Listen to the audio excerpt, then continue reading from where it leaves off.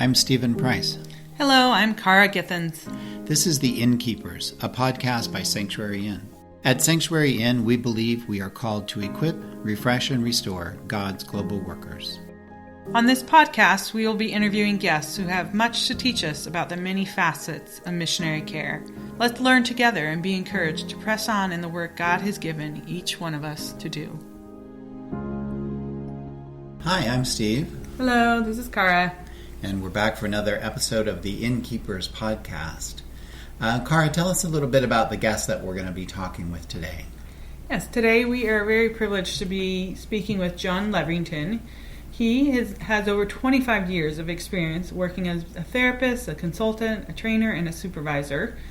And John, he and his wife, they went to Turkey and set up the Olive Tree Counseling Center in Antalya, Turkey. And that's what they've been doing for the last 7 years. And then prior to that, they have worked with SIL as a counselor in Papua New Guinea, and then later in Dallas, Texas.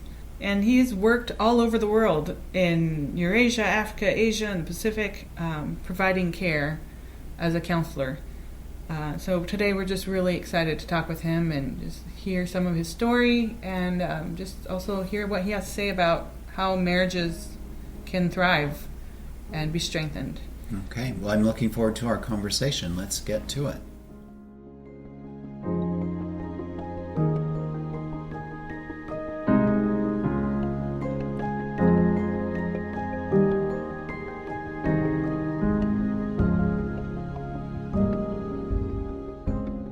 Well, hello, John. I'm so glad you're here with us today. It's great to be with you. So could you please just start us off by sharing a little bit about how you and Becky found your way living cross-culturally, and just how that journey started for you guys? Well, when we were first married, and actually before we were even married, we had an interest in serving overseas. But after we were married, we immediately contacted an organization that worked in South America about joining them. And they very wisely instructed us to be married for a couple of years and then get back in touch with them. And so we put our desire on hold, actually went to Portland, Oregon to attend Multnomah's graduate program there, and enjoyed wonderful experiences with Pam Reeves and David Needham, and just being introduced to the idea of counseling within the Christian community, and began work with YFC Youth Guidance Ministry, and spent a number of meetings and times in the very facility that you're doing the recording in. Yeah. But we worked with teenage boys who were referred to us through Child Protective Services and the juvenile court. And then after having done that, saw the value of additional graduate training, and went on to graduate school and started a family, and started the first Christian counseling center in the state of Iowa at the time. Wow. And hosted overseas workers in our home with our home church. And then approached our church denominational overseas ministry about helping overseas as counselors. And this was back in the early 80s. And we're told there was no need for us. There was nothing that people serving in that kind of capacity would need a counselor for, that couldn't be handled by a good pastor. And so we continued to work in our local ministry. But the people that we would host in our home began to invite us overseas because they saw the need for it.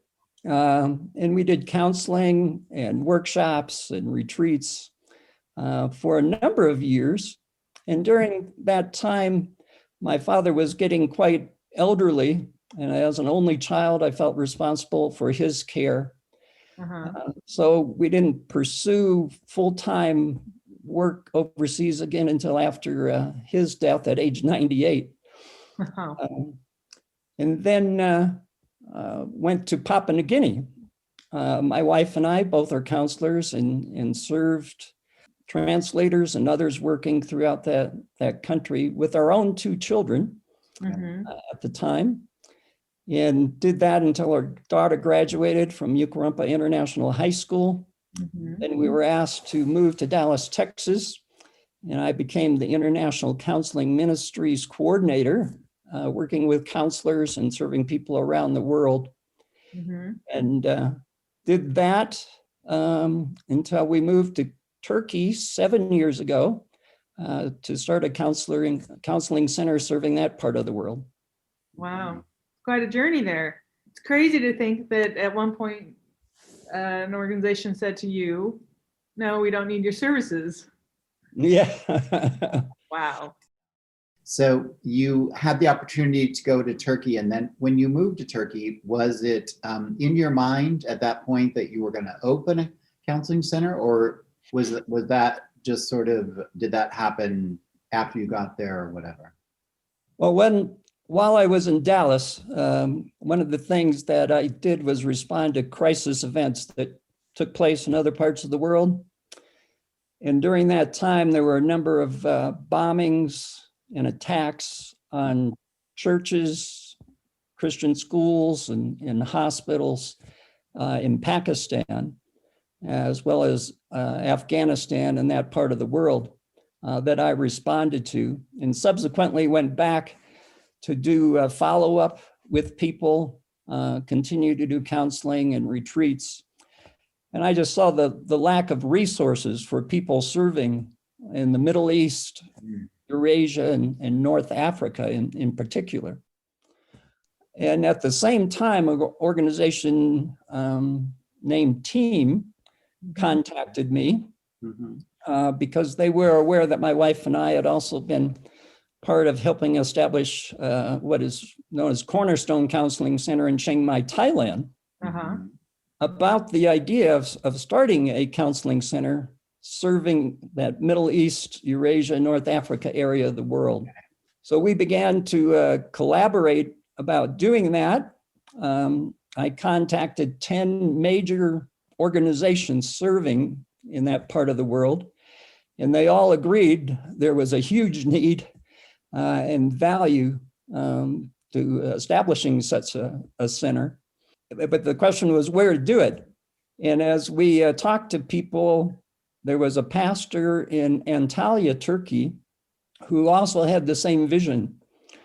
And he estimates that 70% of the people that came to serve long-term, not counting short-term people, left within 3 years for what he considered preventable reasons if there'd be a counseling center.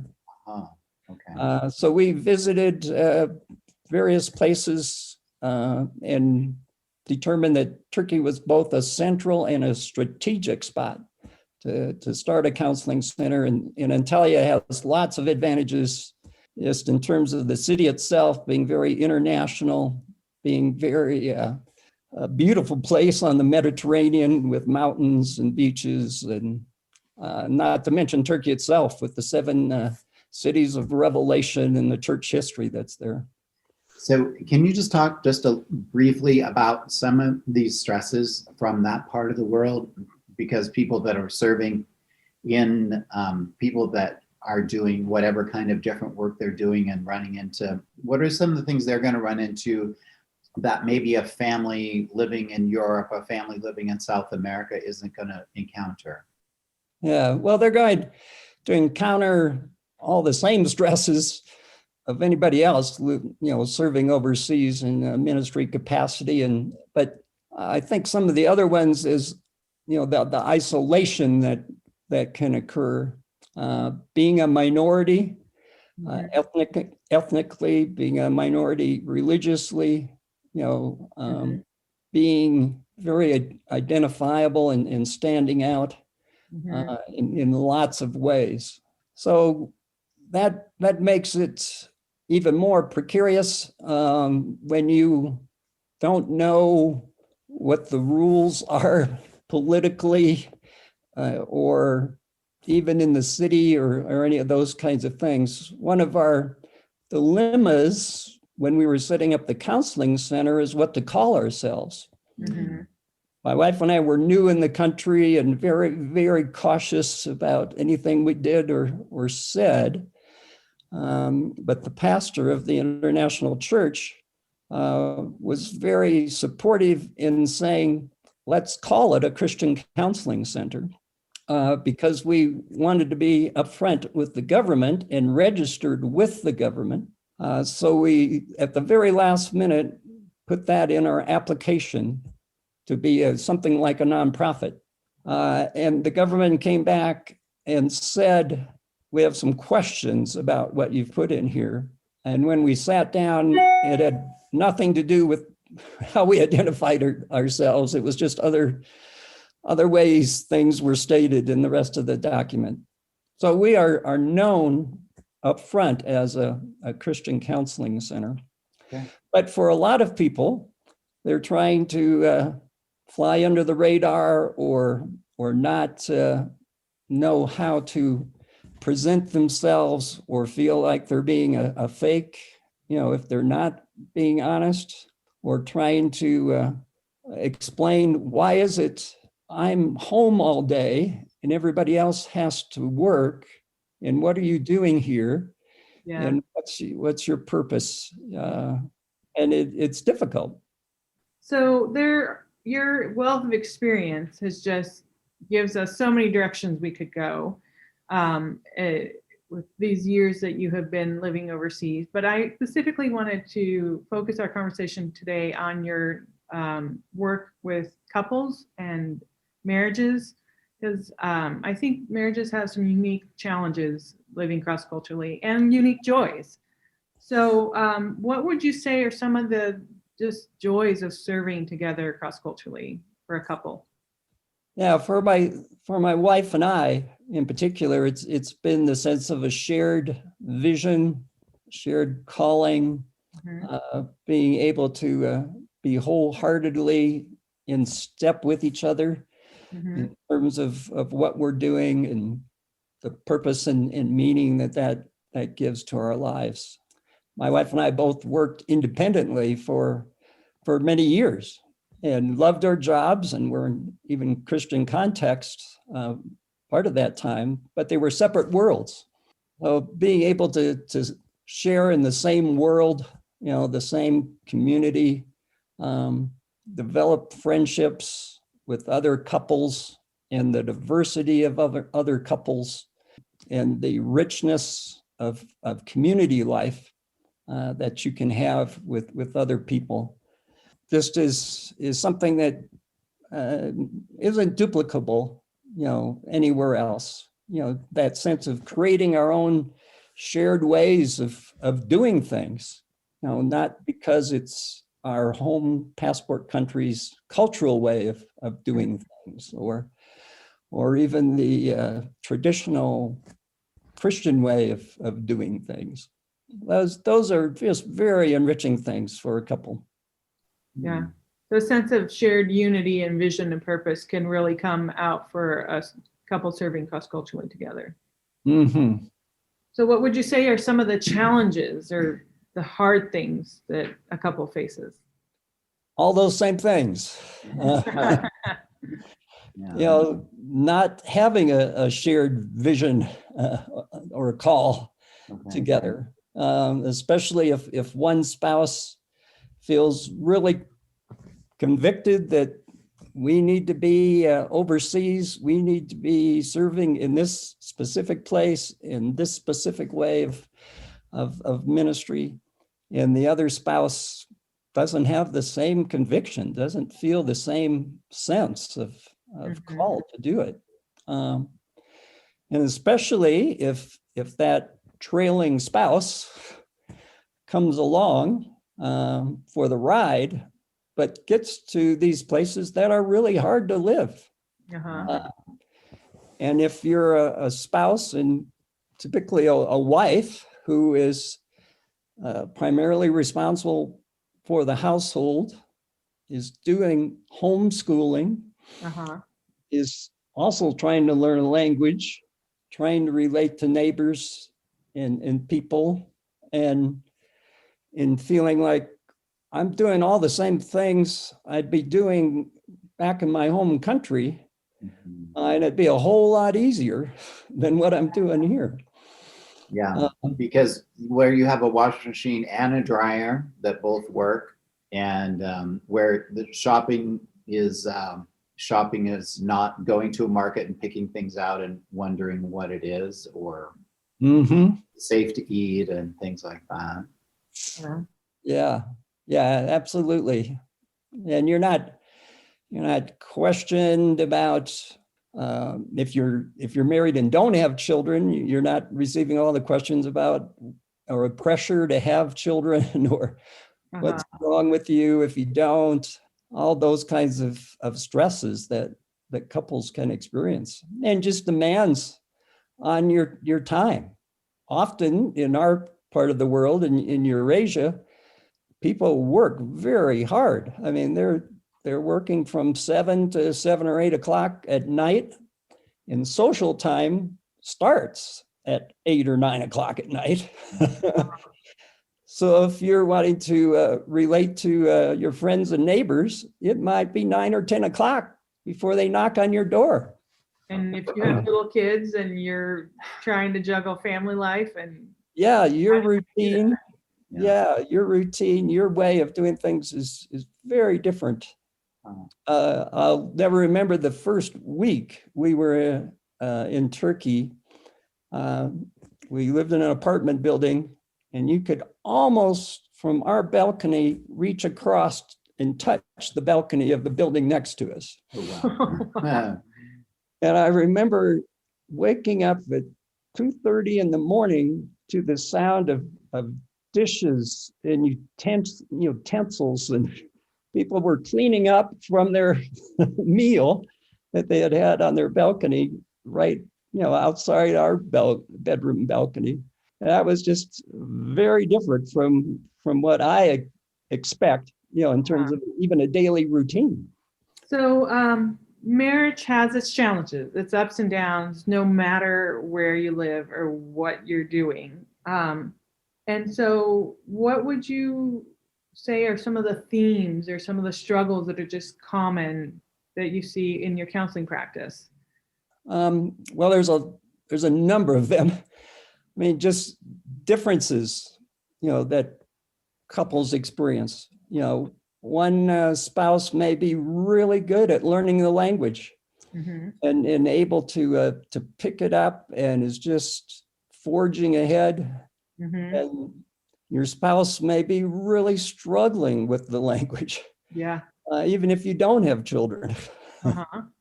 And it's easy to begin to compare yourself to your spouse or to other people that seem to be doing so much better, and become discouraged and, disheartened, that, what's wrong with me, or why can't I do better?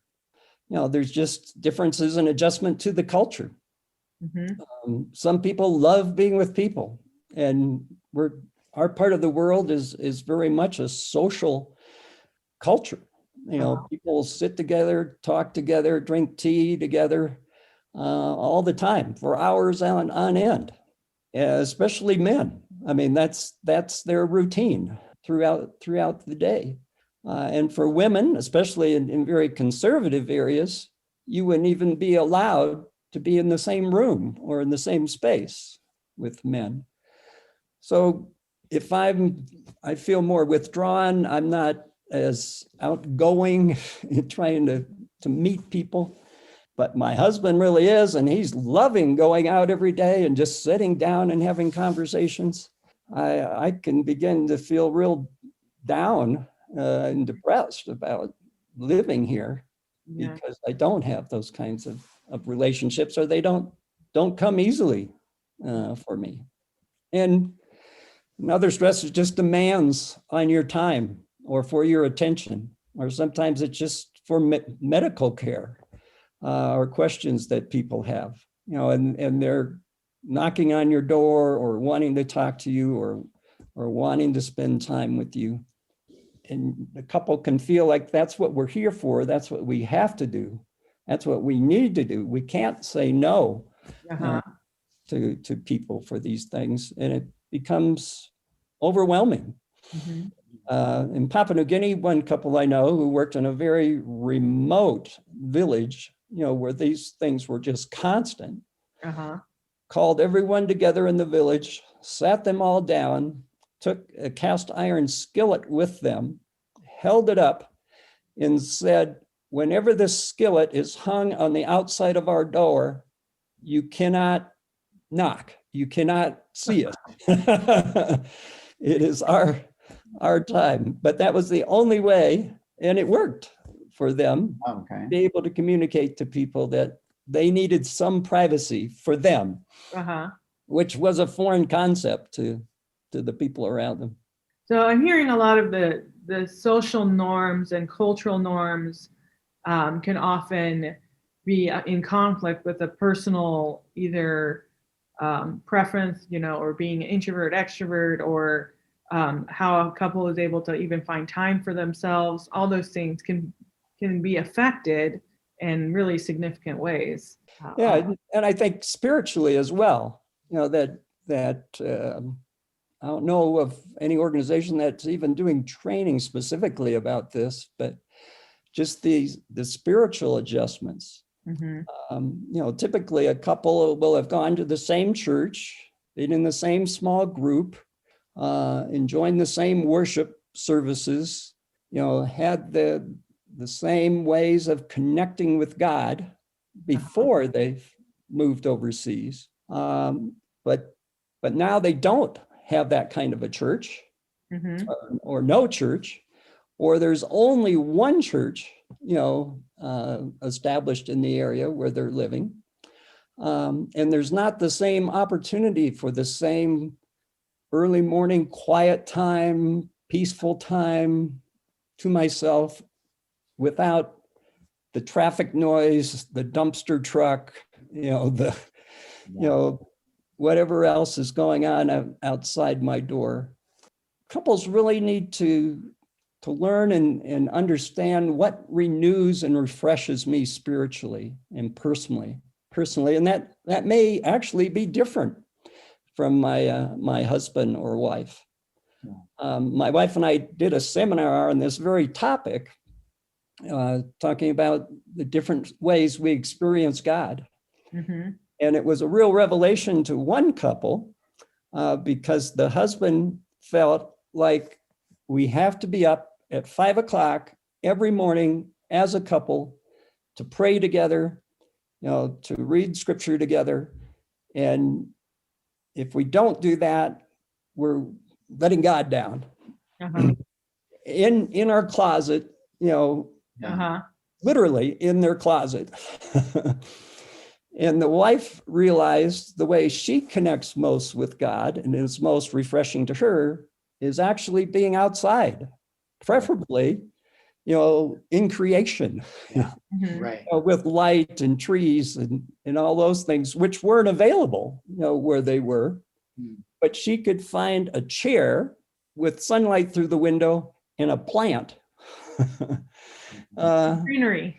Yeah, that was after the sun came up, that would be the most refreshing to her. So just recognizing that even spiritually, that one way is not better than the other way, and it may be different, for each of us in how we connect with God and what is going to be the most valuable. I'm also hearing about probably the need to counsel and talk with couples maybe that are coming from a North American context, moving into a Middle Eastern or Asian context, and how society functions so differently. I mean, America is so individualistic and such a high value on privacy, and you move to another culture where it's definitely more community oriented, community based, and there's your business is everyone's business, and just maybe a little work on the front end with people and trying to prepare them for things like that. And I don't know I'm guessing mission organizations are doing things like that, but at the same time, I'm guessing those sort of things crop up in conversations you have with couples also. For sure. And I think some organizations do a better job than others. And there are other people in churches. There are a lot more people being sent out by individual churches and not organizations that do little or nothing, in that regard.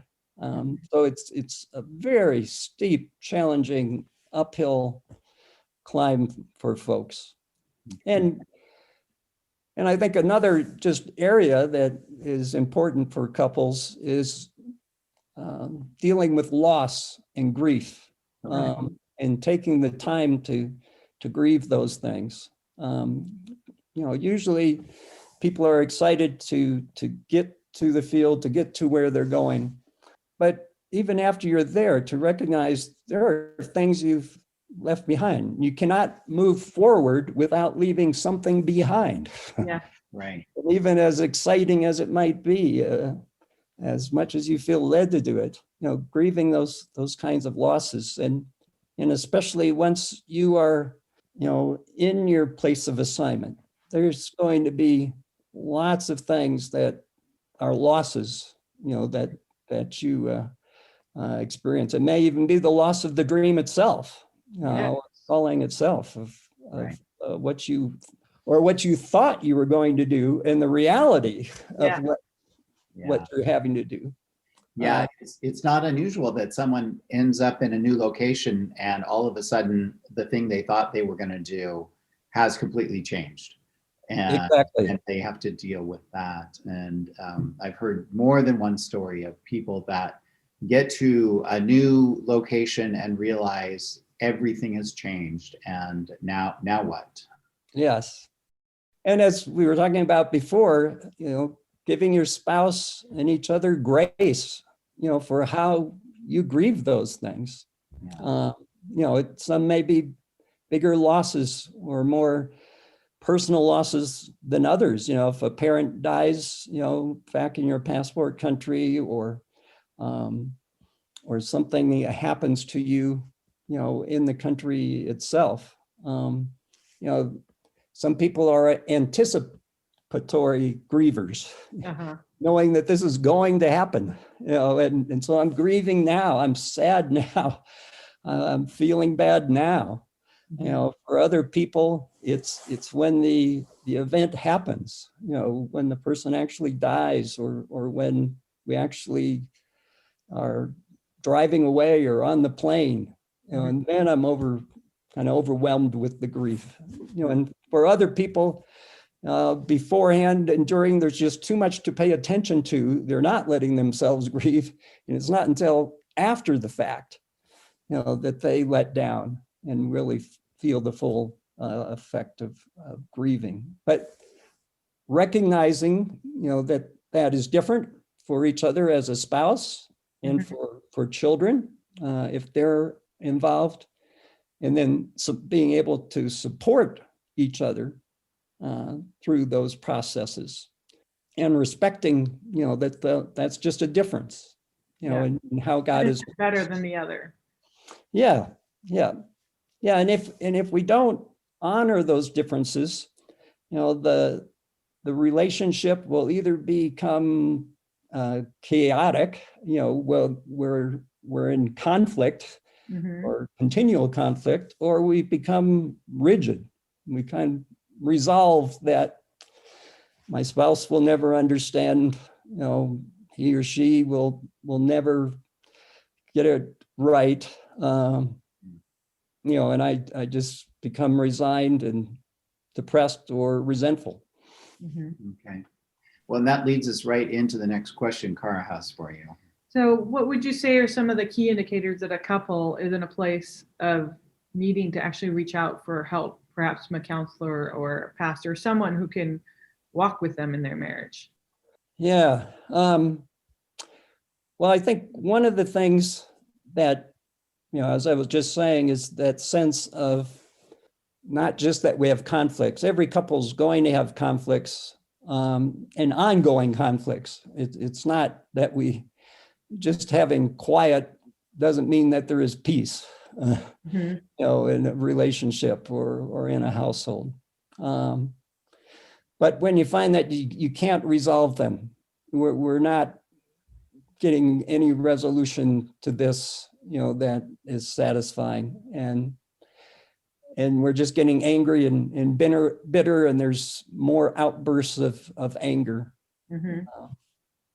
I think another big one is one spouse can become incredibly fatigued, you know, exhausted, tired, and it's not improving. I mean, there's no No relief. movement. Yeah. And that's again another time where a counselor or a good pastoral person or member care person can really assist not only that person, but also the spouse, you know, and how the spouse can support the other person that's going through that. If one person is always feeling on the defensive, Mhm.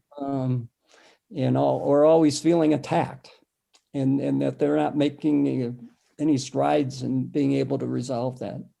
You may be aware of, I would guess, Cara, I'm sure, John and Julie Gottman's Yes. research. I mean, this is a couple who have spent decades researching couples who have satisfying relationships. Mhm. And as a result of their research, you know, they found there are predictors of who will get divorced within 7 years. Yeah. You know, and one of those is criticism. Mhm. What I think of as returning insult for insult, you know, as Scripture says. Yeah. Another one is contempt, that sense that I just have to live with this person, but I'm just getting more bitter about the relationship. The third one is defensiveness. I always have to defend myself. And the last one is stonewalling, just cutting off, you know, the relationship or communication or being able to work together. And it's a very sad when I see couples like this Mhm. who have been living this way for a long time, which is one of the other major issues, is not reaching out for help sooner. Yeah. And the longer these go on, the longer it can take to recover. Yeah, these become ingrained habits in the marriage, and the marriage just like it's this rut that they can't even get out of.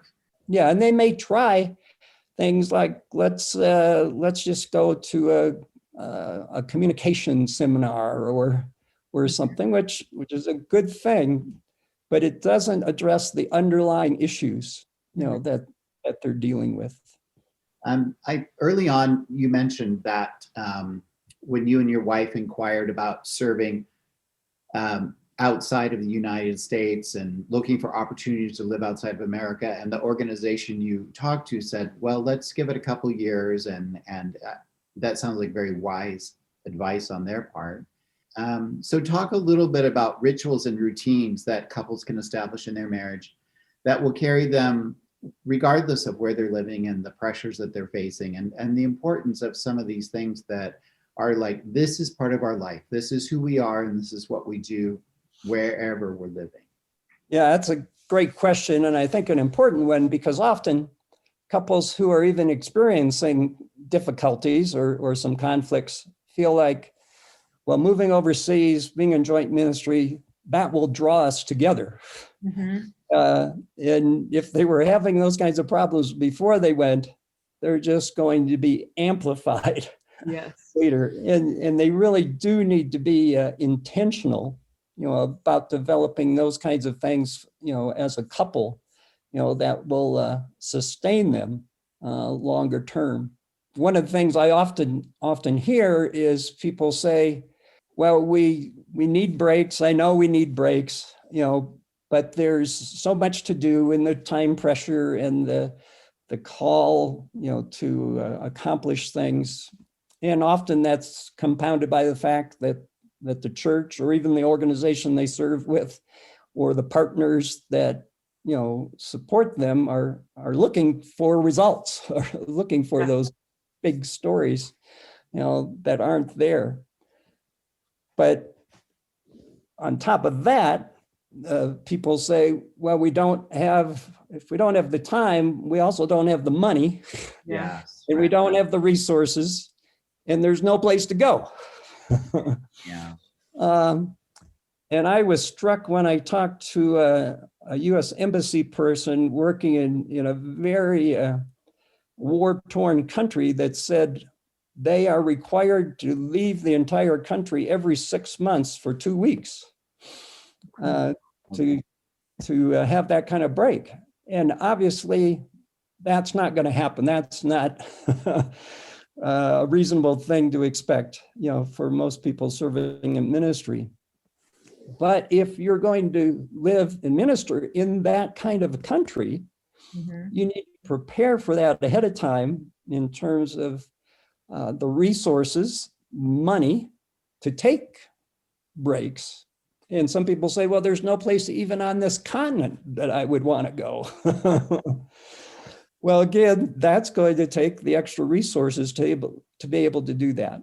And if you don't have it now, being able to build up those resources, to do it, to be sustainable longer term. So those are some of the things, but I think some of the other traditions, that can be established. Again, this comes from that Gottman research, is just eating together. Do you have meals together? That was one of the routine things that they found that couples that stay together do. Not just stay together, but are happily married, with each other. Find things to play together that you enjoy doing together. And the big ones for me as a counselor are also words of affirmation and appreciation, for the other person. And my wife and I, when we do seminars on this, talk about both private and public words of affirmation, that I'm sharing those not only with my spouse, but I'm sharing it with the people, at our dinner together. Or brag on your spouse because you're proud of them. You want other people to know. Yeah, and it's like parenting. I'm not just giving grandiose words, but I'm very specific about my spouse and what they're doing well or what I appreciate about them. But the other one is about who that person is, about their character, or about their relationship with God, about who they are, not just about what they do. I'm sure it just breaks your heart and you just cringe when you get in a public setting or a social setting and a spouse is taking that opportunity to destroy their spouse, and very quietly or silently or very covertly, sort of, that you hear words and you realize, wait a minute, they're not speaking words of affirmation. They're taking this opportunity to tell us how unhappy they are in their relationship. Yes, yeah, just as an opportunity to turn the knife, a little harder or a little deeper. Yeah. Yeah, our words matter, and sometimes I think it's a cry for help in some ways that people don't even realize. But but how we speak about each other, it reflects what's going on the inside. Yeah, yeah. Well, and another makes me think of another topic, and that's just in terms of traditions or kind of rituals, is taking time to really talk about what's going on with the other person. How are you really doing? What's going on the inside? How are you really feeling about the things that happened this week? Or when we're out this afternoon doing language learning and this happened. What was that like for you? I have my own experience of that. But that's, again, creating shared meaning with the other person and really growing to understand them and who they are and how God made them. Not assuming that the shared experience means a shared reality for each of you. Yes. I find that in my work here, often debriefing couples, I tell them, hey, just because you lived through this together doesn't mean you had the same experience of that country or that place or that work that you did. And sometimes it's a revelation to them of, oh, wait, that's how you felt about that? I never knew. And yes, yeah, taking that time for connection. Mhm. I mean, real connection of really seeing each other, turning toward each other, looking at each other even. And that communicates, couples who have problems, it often is like one spouse feels like they have to disappear or they're invisible, or they have to be in control for emotional survival. But having those kinds of times when you really set that time aside, to really hear from each other. We had one time some friends were just talking to us about marriage, and they said they feel like in their marriage there's three kind of different roles that they play back to back, where you're kind of defending each other in a way, where you're looking out for your marriage, side to side when you're just working together and you're both intent and moving forward, and then face to face when you stop and ask each other, how are you doing? And I know my wife and I are really good at the side to side. I mean, we just have so much that we do every day here, and it's been a challenge to me to stop and the face to face. How are you doing? How are you feeling? What's going on? Because I can get so caught up in the routines and the things that need to get done in a day that I just get overwhelmed with those things, and I forget to step back and say, how are you doing? Yes, yeah. Well, and it's especially true given the extreme stresses that couples, living overseas are exposed to, and especially when it comes to trauma. Yeah. When a crisis events, take place. I mean, it could be the death of a child.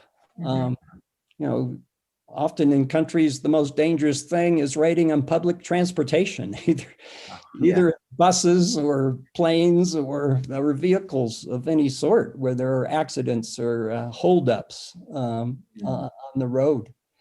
A partner betrayal, either an emotional affair or a physical affair or a sexual acting out with pornography, health crises, personal assaults, the bombings, kidnappings, being under some surveillance. Yeah, those can be extremely difficult issues for couples, to be able to process, especially on their own. We've been talking about the value of that.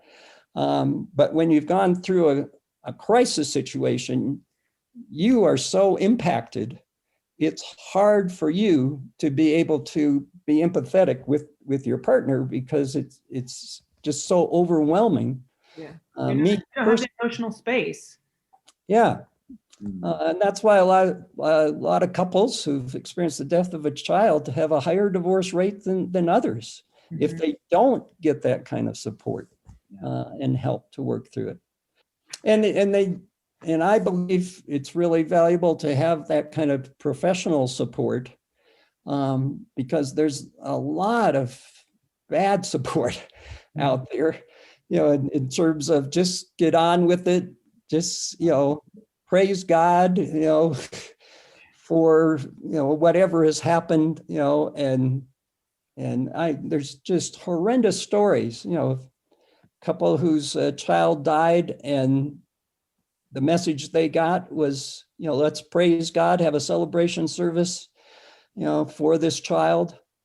And 6 months later, the sibling commits suicide, and 6 months later, the mom's very depressed, and the whole family has fallen apart by that point because they've adhered to some misinterpretation, of scripture, that is not accurate and it's not helpful for your spiritual health, not to mention your physical and psychological health. I sense another podcast in the making here, but that's not going to be today. But I really want to, we've talked several times about going down that road, about talking about severe events, trauma. We've done an interview about trauma, but to kind of pursue that whole on, living in a cross-cultural context and how to best support someone, or anyway, I think we're going to come back to that. But before we go today, we want to make sure and just talk just briefly, if it's even possible to talk briefly, but you meet more and more couples that are married a spouse from one country and a spouse from another country. And then maybe they're living in a completely different country. And so they face some unique challenges in their marriage. And I don't know, maybe if we could just touch on that for a minute. Yeah, well, I think it starts even as singles, going overseas. I don't know what the percentage is of singles compared to married couples who are serving in ministry, but it has to be at least half are singles out there. And they're thrust into an environment often where there's a young man or young woman, that just pays attention to them, from the local community, the local people, who listens to them, who kind of falls on every word they have to say, is a real cultural bridge and wanting to help, and the language and the culture, and it very easily can be drawn into a relationship if you're not grounded and you're not secure in yourself and in who you are and who God is in those kind of situations. So even before marriage, I think that's an important issue to take into consideration. But then if they do get married, was it really for love, or was it for a green card or a visa or something else, that the person was looking for? Or they find out that person's values aren't the same Christian values that I really experienced, or that person's cultural expectations are a lot different than mine. Often men, where I've been, I didn't know this until not too long ago, have their toenails and fingernails clipped by their mother until they get married, no matter how old they are as an adult. And when they get married, they expect their wife to do it. That alone can be a big shock. Cultural expectations. Wow. Yeah. Very different. Much less, other things you wouldn't even think of, and for him, that's what he would expect. For her, I can't imagine doing that. There are lots of challenges. I know people even today who've gotten married, with a local person. They have had to leave the country for whatever reason. Their visa is revoked, and so they can't stay in the country, but their spouse can't leave the country because they're not allowed into your passport country.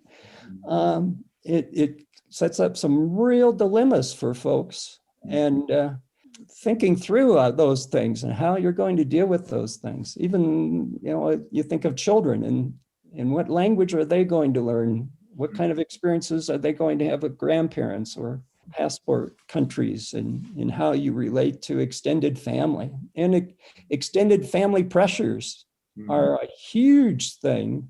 As mentioned earlier, the social pressure, the family context. I met a couple that were having trouble having children. And the wife was not from the country.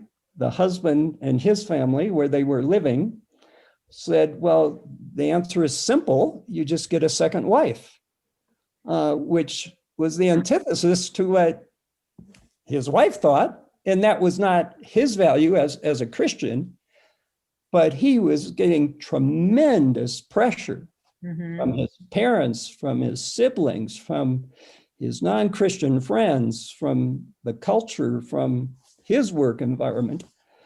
Just what's wrong with you? And you can say that, well, that's a great opportunity for a testimony, and it is obviously, but it's not an easy situation to live in. And the wife can get criticized, well, what have you done? Often it's the wife then who's criticized for what have you done, that has allowed this to happen. And you somehow are the responsible one, that you sat in the snow, or that you Oh yeah. was one of the cultural things. Don't ever do that. Yeah, never sit on cold ground. Yeah, it seems like it's clear there are a lot of challenges and struggles to cross-cultural marriage, and yet it's more and more couples are in cross-cultural relationships as our world is becoming more of this melting pot wherever you go. So are there some good resources out there that you're aware of that could help couples navigating these challenges? I think you need to really think through future. It's not just getting married, but how are we going to work together as a couple, raise children together, all the decisions, and talk with people who have experienced that, to know what are those challenges that you're expecting to go through. But there are some other good resources in terms of material. Love Across Latitudes.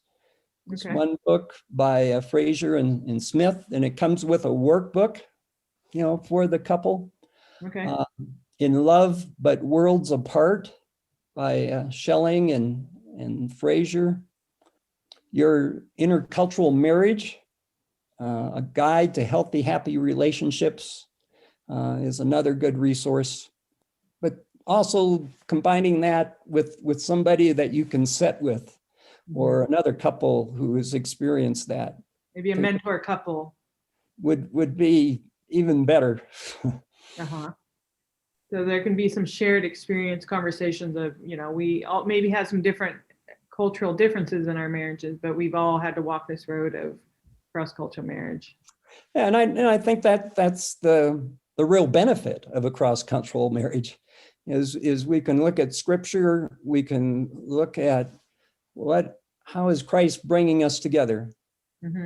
Recognize that these things are different, but as a Christian home, as a Christian marriage, how do we want our marriage to look different from the world around us? And it actually helps a couple recognize these are personal preferences, or this is my cultural bias of how I'm reading scripture or looking at this or considering how we should relate to each other. So I think it's a real opportunity, in developing a Christian couple relationship on some really solid Christian grounds, and not just, this is my way of doing it, this is my heritage, my family, my country, how we do it.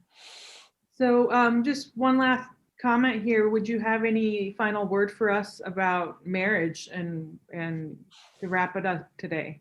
Yeah, I think, a whole nother topic is the issue of being offended against or betrayal. As I mentioned, some of those kinds of things that can happen and do happen, and finding resources or help for that, and not living with it, not accepting that this is the way it is. Mark and Deborah Lasser, their materials from Minnesota, deal a lot with that. For wives dealing with husband's betrayal, there's a newer book called Aftershock. By 𝐿 that's good. A lot of what we're talking about in terms of connection has to do with connecting emotionally, in a healthy emotional connection. So Created for Connection, Mm-hmm. Sue Johnson, Yeah. and doing that with a therapist who's trained in emotionally focused therapy would be most helpful. Harville Hendrix is another family therapist and author, and that I particularly like, who's written a book that's been around a while called Getting the Love You Want.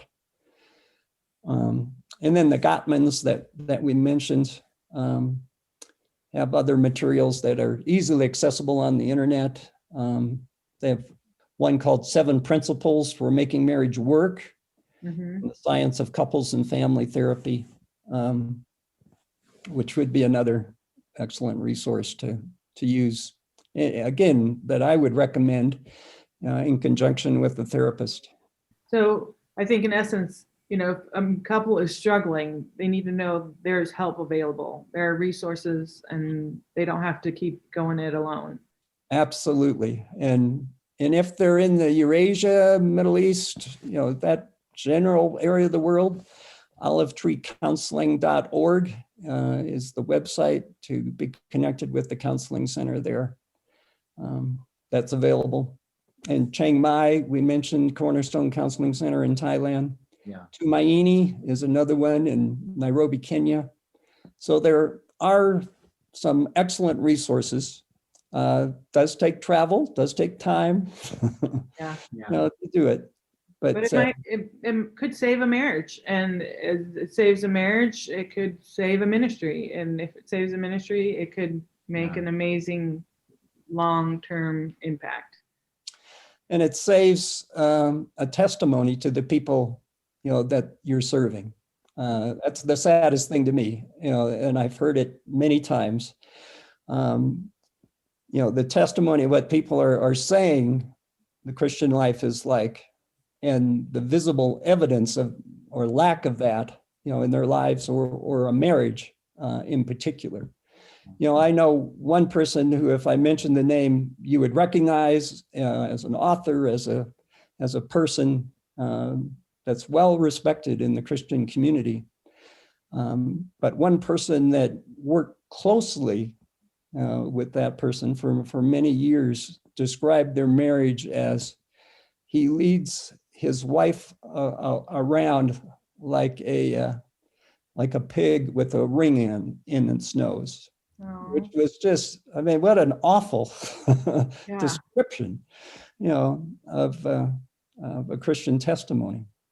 And those are things that can be worked with. They can be resolved. Christ can do an amazing work in people's lives if given the opportunity and time devoted to do it. Yeah.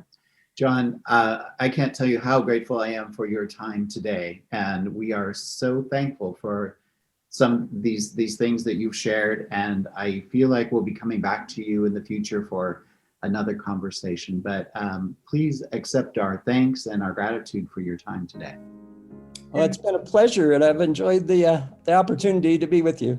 Sounds great. Well, we'll connect again soon then, John. Thanks so much. Thank you.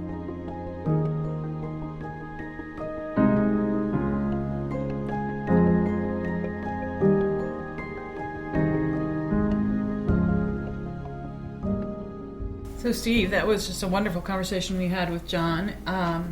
But I'm curious, what was your takeaway?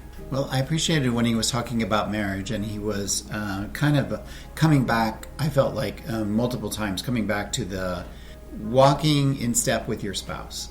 How is your spouse doing? How are you doing?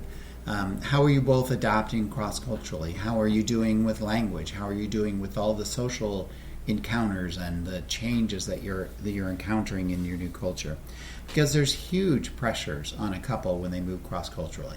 And I know that even in the time that we were in Eastern Europe, there was always sort of a subtle language learning competition.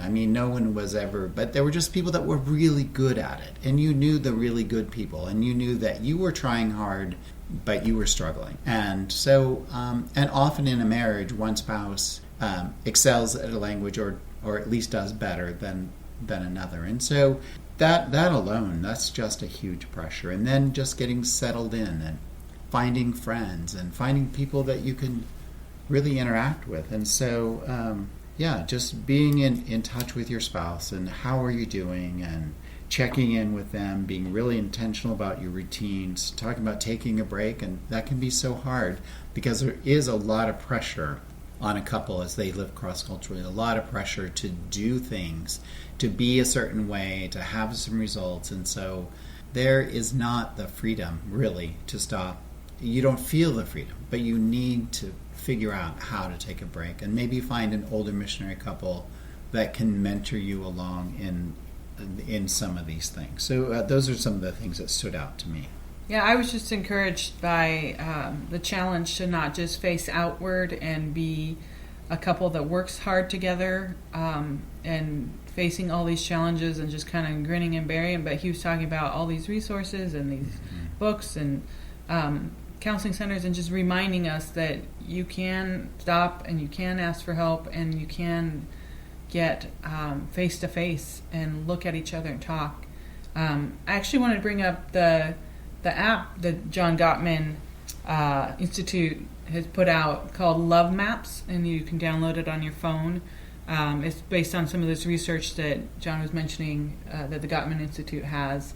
It's just a great tool that people can download on their phone wherever they are in the world and use to create intentional conversations. And I think that is just a key component of what he was talking about, is that marriages need intentional conversations and connection and relationship to be able to survive in what is a really hard place sometimes. Yeah, and sometimes just knowing what questions to ask, or having a resource that will guide you through some questions. And I know that app is great for that. It has a lot of great questions in it.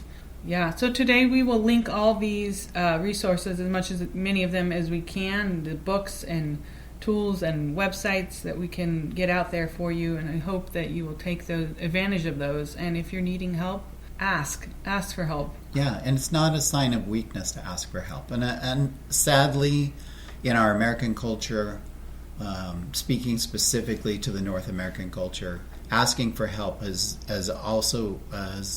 pretty much been shown as, or communicated as, a sign of weakness. And it's not a sign of weakness. It's a sign of, hey, I know we need some help in something. And so really it's a sign of maturity and saying we need to talk. And a lot of times it's just a conversation, just having someone to talk to, and knowing that you're not going through something alone. And if you're going through it, someone else has gone through it. And there's people that you can talk to. We're grateful for your tuning in to the Innkeepers podcast, and we hope that this has been a great resource for you. Thank you for tuning in to the Innkeepers podcast. Our mission at Sanctuary Inn is to equip, refresh, and restore God's global workers for kingdom purposes. We hope today's podcast was an encouragement to you, and maybe you were prompted to pass this along to someone you know that will benefit from today's conversation. Creating a podcast is a team effort. Cara and I prepare and do the interviews, and we're grateful for the time that our guests give us out of their busy schedules to help us learn more about missionary care. We also want to thank Tim Downing for the music that he wrote and performed specifically for the Innkeepers podcast. Tim is a very talented musician, and you can learn more about him and his work at downingkeys.com. Our podcast is edited by Javier Bolanos and is produced by Tim Cowley of Cowley Visuals. If you have media needs, including film, photography, or audio, you can reach Tim at cowleyvisuals.com. Our website and show notes are prepared by Micah Gibbons, Cara's amazing husband. You can visit the Sanctuary Inn website and learn more about the ministry of Sanctuary Inn at sanctuaryinn.org. Thank you again for joining us on our journey to learn more about missionary care. See you next time.